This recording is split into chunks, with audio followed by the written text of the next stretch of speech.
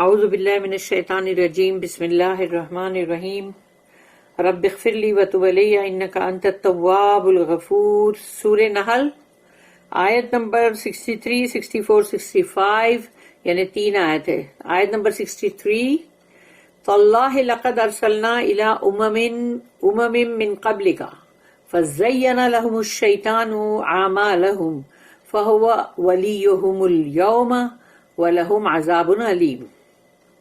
رَبِّ اشْرَحْ لِي صَدْرِي وَيَسِّرْ لِي أَمْرِي وَاحْلُلْ عُقْدَةً مِّن لِّسَانِي يَفْقَهُوا قَوْلِي. اللهم أرنا الحق حقا وارزقنا اتباعه وأرنا الباطل باطلا وارزقنا اجتنابه آمین یا رب العالمین. تو اس 63 نمبر کی جو آیت ہے اس میں اللہ کہہ رہا ہے تاللہ یعنی اللہ کی قسم، یعنی اللہ جو سب سے ٹاپ کا ہے، اللہ خود اپنی قسم کھا کے کہہ رہا ہے تاللہ اللہ کی قسم، لقد ارسلنا یقیناً ہم نے پہلے بھی بھیجا تھا، الی امم یعنی جو بھی امتیں تھی، جو لوگ تھے پہلے، ان کے طرف ہم نے پہلے بھی بھیجا تھا، من قبل کا آپ سے پہلے. تو آپ سے پہلے ہم نے اور بھی امتوں کی طرف بھیجا تھا رسولوں کو. ارسلنا تو تاللہ لقد ارسلنا الی امم من قبلک، آپ سے پہلے ہم نے اور بھی امتوں کی طرف رسولوں کو بھیجا تھا، اس لیے تاکہ رسول اللہ صلی اللہ علیہ وسلم کے دل میں یہ یقین ہو جائے کہ مطلب کہ میں بھی رسول ہی ہوں. کیونکہ جب لوگ مان ہی نہیں رہے تھے نا تو وہ مطلب ان کو ایسا ہوتا تھا کہ پتہ نہیں کیا ہے، مطلب کچھ میں صحیح ہوں کہ نہیں ہوں. تو اللہ ان کو یقین، ہم جب بھی ایسی بات آتی ہے نا وہ یقین دلاتا ہے اللہ کہ نہیں آپ سے پہلے بھی ہم نے رسولوں کو بھیجا تھا اور بستیوں کی طرف اور امتوں کی طرف. ویسے تو ہم کو مطلب اللہ نے بتا دیا ہے کہ بھئی 1,24,000 تو آ چکے ہیں نا، تو اب وہ نیچرلی وہ ہر مطلب جو بھی امتیں ہیں، قومیں ہیں، ان سب کی طرف آئے ہیں. تو فَزَيَّنَ لَهُمُ الشَّيْطَانُ، تو شیطان جو ہے اس نے سجا دیا ہے، بہت خوبصورت بنا دیا ہے. زینہ زینت سے آتا ہے. فزینہ لہم الشیطان، شیطان نے ان کے لیے بہت خوبصورت بنا دیا ہے اعمالہم، ان کے اعمال کو. یعنی وہ لوگ جو بھی اعمال کرتے ہیں اور وہ سوچتے ہیں کہ یہ ہم بہت خوبصورت اعمال کر رہے ہیں، چاہے وہ کتنے ہی بدترین کتنے ہی برے اعمال کر رہے ہو، لیکن ان سوچتے یہی ہے کہ ہم بہت اچھے اعمال کر رہے ہیں، بہت ہی خوبصورت اعمال ہے. کیونکہ شیطان نے ان کی نگاہوں میں کھبا دیا کہ دیکھو تم جو بھی اعمال کر رہے ہو نا وہ بہت اچھے اعمال ہے، یعنی کرتے رہو، رکو مت اس سے. تو فزین لہم الشیطان اعمالہم فہو ولیہم اليوم، تو یہ اس دن بھی ان کا ولی ہوگا، یعنی ان کا دوست، ان کا رفیق، ان کا ساتھی، وہ یہ ہوگا شیطان. ولیہم اليوم، یہ اس دن بھی ان کا ولی ہوگا شیطان. کیونکہ آج بھی ان کو شیطان کی بات اچھی لگ رہی ہے، وہ جو بھی اعمال کر رہے ہیں برے برے، ان کو لگ رہا ہے وہ بہت اچھے اعمال کر رہے ہیں. تو اللہ کہتا ہے یہی شیطان ان کا دوست ہوگا، ولی ہوگا اس دن بھی. الیوم وہی ہے، وہ کیپٹل جو ہے نا مطلب ڈی سے لکھا ہوا، تو الیوم یعنی وہ قیامت کا دن. وَلَهُمْ عَذَابٌ عَلِيمٌ، اور ان کے لیے ہوگا بہت ہی دردناک عذاب، بہت ہی دردناک عذاب. By Allah, we also sent our prophets to people before you, but Satan made to the wicked their own acts seem alluring. He is their patron today, so but they shall have a most grievous chastisement. اس کی جو note ہے 2090. In all ages and among all peoples Allah sent His messengers to teach the truth. اللہ نے ہر دور میں، ہر age میں، مطلب ہر زمانے میں جتنی بھی قومیں آئیں سب کی طرف اللہ نے اپنے رسولوں کو بھیجا ہے تاکہ ان کو حق بات سکھائے. And point the way to righteousness, تاکہ ان کو پوائنٹ آؤٹ کرے، دیکھو یہ ہے سیدھا راستہ، یہ سیدھے راستے پہ چلو، تم یہ غلط ہے اس پہ مت چلو، یہ شیطان کا ہے. But the allurements of evil seemed always attractive.